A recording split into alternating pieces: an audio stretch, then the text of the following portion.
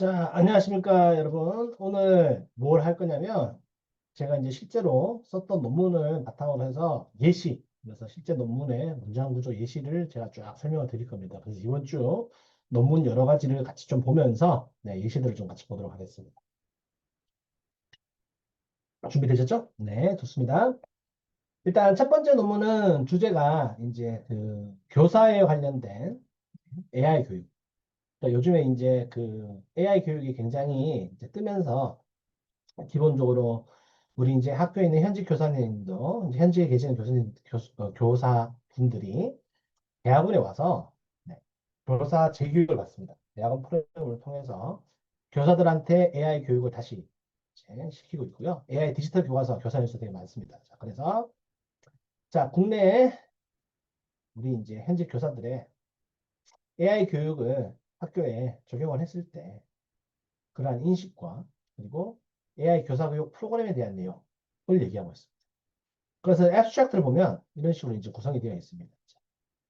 기존의 연구들은 여기에 학생들의 관점에서 집중을 했는데 선생 관련된 것도 굉장히 중요하다. 그러면 기존에 있는 연구에 부족한 부분을 명확하게 이제 지적을 하면서 논문을 시작을 하는 거죠.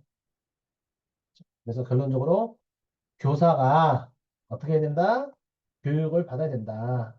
학생만 교육할 게 아니다. 이런 식으로 이제 우리 얘기를 하는 거죠. 그죠? 그래서 이러한 부분에 부족한 점을 메꾸기 위해서 이 연구의 목적을 얘기하고 있습니다.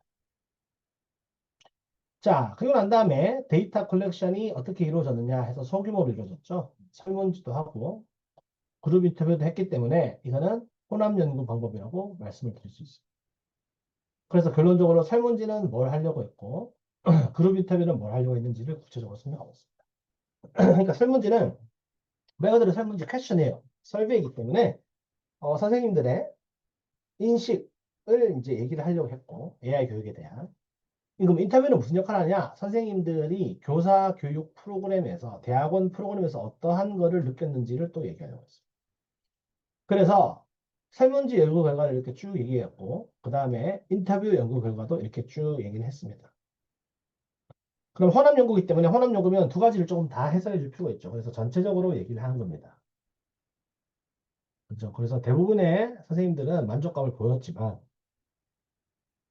그죠? 부족한 부분도 있었다. 그렇다면 결론적으로 이 연구에서는 뭘 할 수 있죠?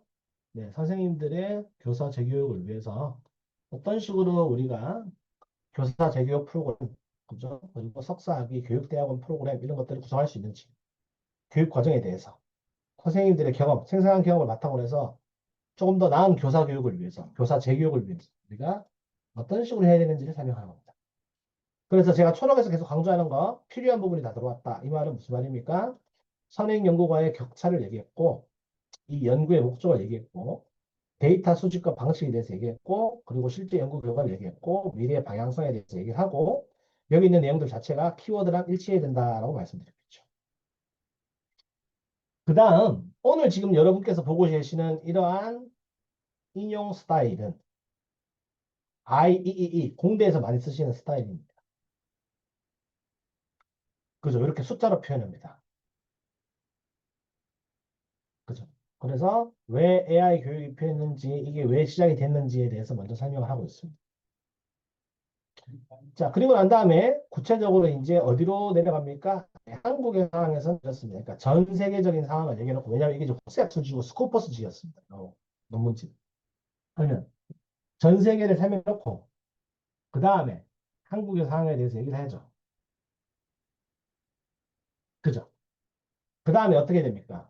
구체적으로 이 연구가 뭘 하려고 하는지를 얘기를 하고, 그리고 연구 질문을 두 가지로 이렇게 설명합니다. 자, 그럼 여기서 연구 질문에서 여러분이 생각해 볼 수 있는 것은, 우리가 지금 혼합연구법을 했으니까 1번은 설문지, 양적으로 우리가 측정하고 결과를 해석할 수 있는 거고 2번은 어떻게 했죠? 네, 질적연구, 인터뷰를 통해서 할 수 있는 거죠. 그래서 어떻게 보시면 이게 의문사도 다릅니다. 양적은 what으로 시작하는 의문사로 시작해서 만들고요. 질적은 how로 시작합니다. 그래서 이걸 혼합연구라고 합니다. 그래서 각각의 연구 목적과 연구 질문이 일치를 했고 1번은 양성 연구를 통해서 대답을 할 수 있고, 2번은 직접 연구를 통해서 대답을 할 수 있다. 이렇게 이해하시면 되겠습니다. 연구 목적이 두 가지. 이렇게 이해되시죠? 그 다음 요 부분 같은 경우에는 원래는 없던 부분인데, 유네스코에 전 세계적으로 사용되는 이러한 ICT Confidence Framework가 있으니까, 리뷰어가 나중에 저희가 이제 수정을 할 때, 이게 이제 아마 한 3차 수정까지 하고 최종 이제 게재가 확정이 되는데, 그 과정에서 리뷰어가 추천한 부분입니다. 그래서 유네스코 관련된 얘기를 넣어줬으면 좋겠다. 이게 원래는 초안에 없었는데, 이걸 넣어달라고 해서 넣었었습니다. 이런 경우도 발생하는 거죠.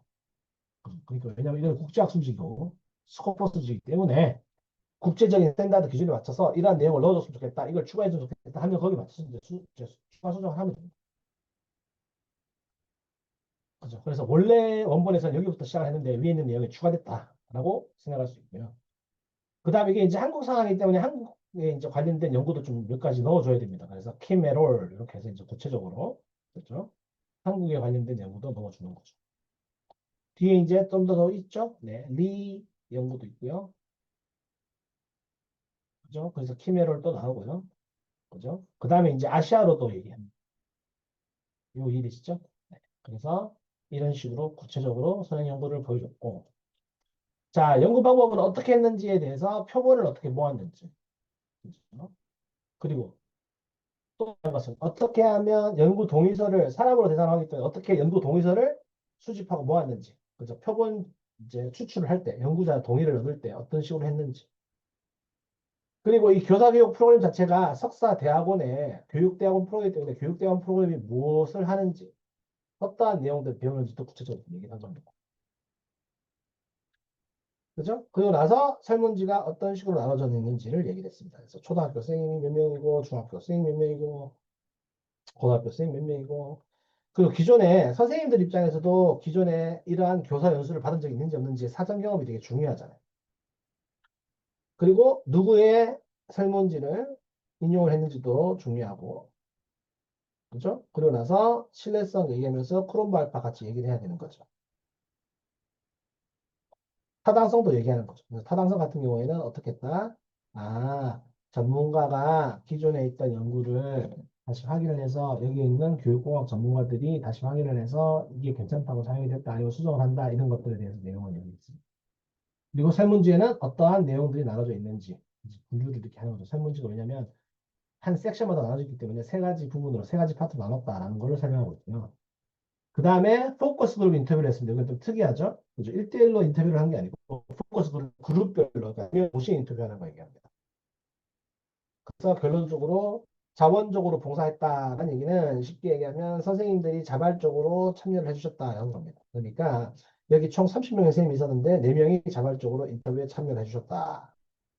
그리고 결론적으로 무슨 뭐 돈을 지불했느냐 뭐 이런 식으로 더 구체적으로 적었습니다. 예를 들어서 선생님한테 사례금을 지불했다 하면 사례금을 지불했다 이런 내용도 좀 들어와야 되거든요. 엄밀히 얘기하면 윤리적인 부분이기 때문에.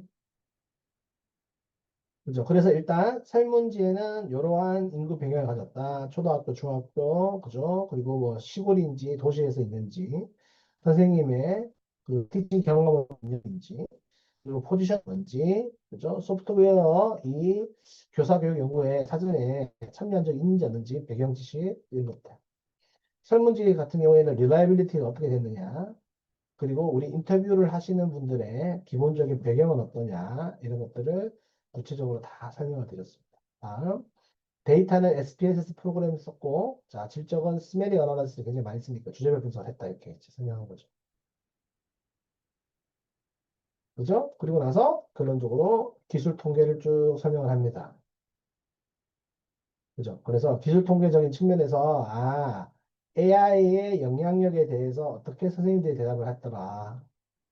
그리고 결론적으로 AI를 학교 교육이 어떻게 적용하는지 그 필요성에 대해서 어느 부분이 필요하다고 생각하느냐, 어느 부분이 제일 중요하다고 생각하느냐. 그러니까 선생님들 입장에서 예를 들어서 레슨 플랜 짜는 거랑 그리고 교육과정 하는 거랑 그죠? 개별화 학습하는데 이런 데 도움이 된다고 얘기를 하신 거죠. 이분이.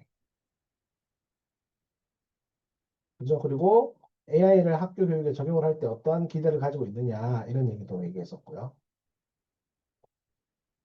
그죠? 그리고 AI 사용할 거냐 안 사용할 거냐 그러면 100%다 사용하시다 하시죠. 네. 당연한 건데 네, 설문지에 있어서 다시 한번 여쭤봤습니다.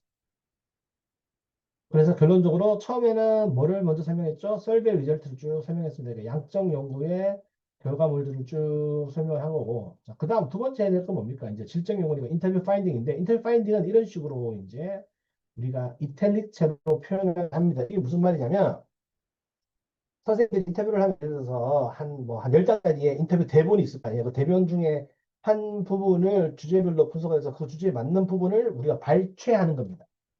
그래서 선생님이 했던 인터뷰 발췌본은 이런 식으로 표현을 합니다. 왜냐하면 일반적인 텍스트는 제가 쓴 글이고 이거는 선생님들이 했던 말을 우리가 옮겨놓은 거니까 선생님이 했던 말을 이런 식으로 정확하게 표현해 줄 수 있게. 그죠? 그래서 이런 식으로 표현하는 거죠. 그죠? 그래서 인터뷰 데이터까지 다 분석을 한 이러한 케이스를 보여드린 겁니다. 자, 디스커션은 그럼 어떤 식으로 구분을 했죠? 그죠? 자, 연구 질문 A. 첫 번째 질문. 그죠? 첫 번째 질문은 설문지를 통해서 우리가 다 해결할 수 있잖아요. 설문지를 통해서 이런 식으로 해결할 수 있는 부분. 연구 질문 B는 뭡니까?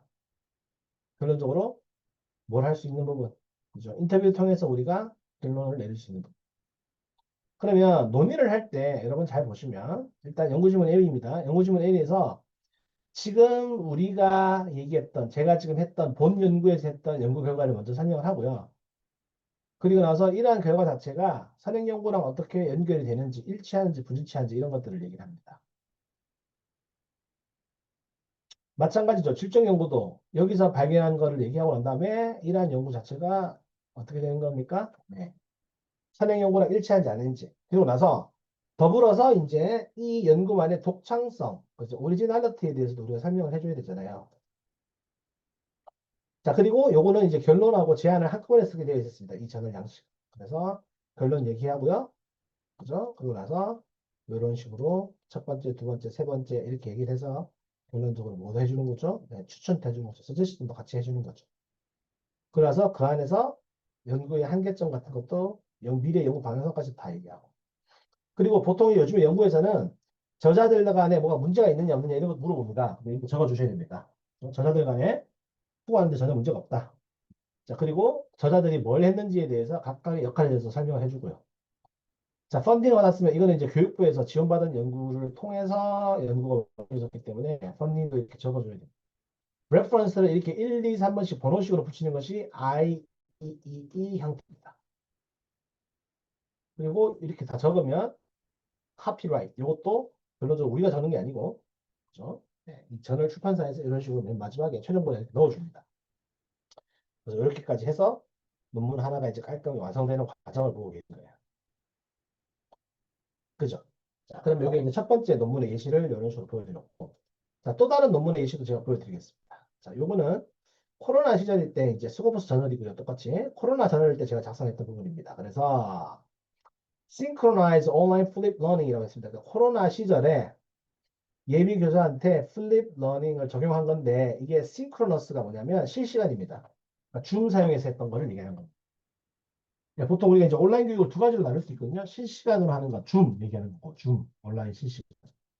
아니면 미리 촬영해둔 강의를 보는 게 우리가 원격 수업이라고 그러죠. 근데 이것은 실시간 온라인 수업, 코로나 때 했던 겁니다. 자, 그래서 초록을 보시면, 자, 대부분의 연구는 프리러닝을 대면 수업 시간에 사용을 했는데, 이제는 그렇게 하면 안 되고, 코로나 상황에서 우리가 다르게 좀 봐줘야 된다라고 설명을 하고 있는 거죠.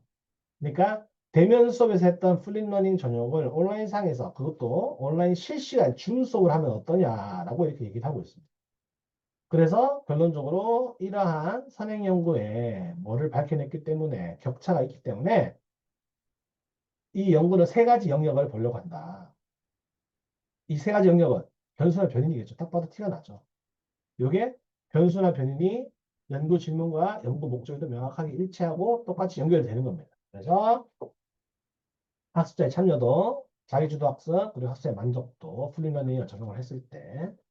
근데 이것은 좀 특이하게 전부 다 질적 연구 데이터로만 이루어져 있습니다. 그래서 인터뷰했고요. 여기서 리플렉션 노트라는 거는 예비교사의 성찰 일지입니다. 그러니까 수업 끝나고 난 다음에 본인이 뭘 배웠는지, 뭘 잘할 수 있는지, 뭘 못하는 건지에 대한 성찰 일지를 다 했고, 그리고 결론적으로 강의 평가까지. 그러니까 이런 것들은 양적 숫자화 시키는, 수치화 시키는 게 아니고 질적 연구로 모든 것을 다 해줬던 얘기죠. 그래서 결론적으로 질적 연구 데이터를 모았고 질적 연구 데이터만 분석을 했다라고 얘기하고 있습니다. 그래서 거기에 해당되는 연구 결과를 얘기해주고 있죠. 맞죠?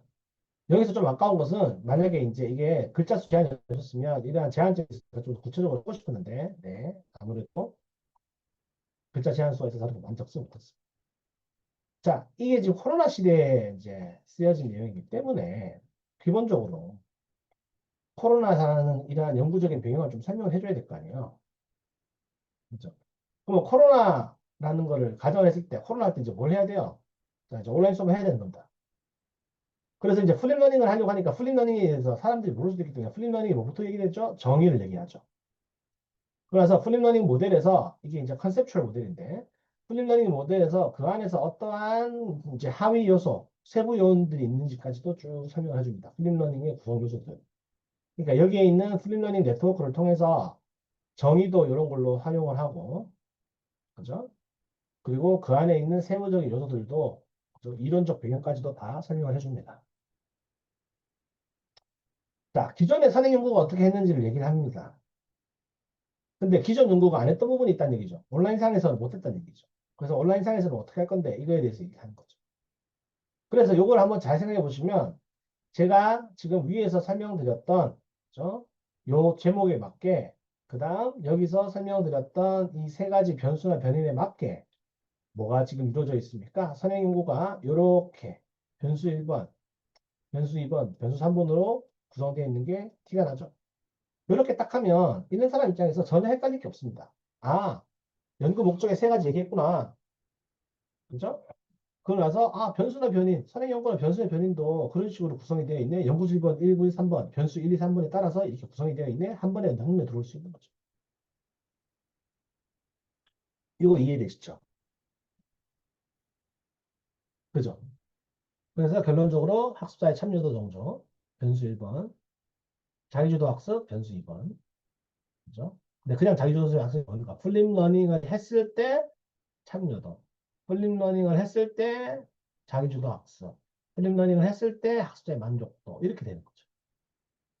그리고 연구 목적과 연구 질문을 여기 썼습니다. 그러니까 이렇게 하실 수 있습니다. 보통 연구 목적과 연구 질문을 이렇게 introduction part 맨 뒤에 쓸 수도 있고요. 아니면 연구 목적과 연구 질문 같은 경우를 literature review. 그러니까 결론적으로 상위 연구 맨 마지막에 이렇게 쓸 수도 있습니다. 자, 그러면 이 세 가지 한번 볼까요? 뭐만 달라졌죠? 똑같은 문장 구조 형태인데 변수만 달랐잖아요. 이렇게요. 문장 구조는 다 똑같은데, 그죠? 변수만 달랐어. 이거 이해되시죠? 그죠?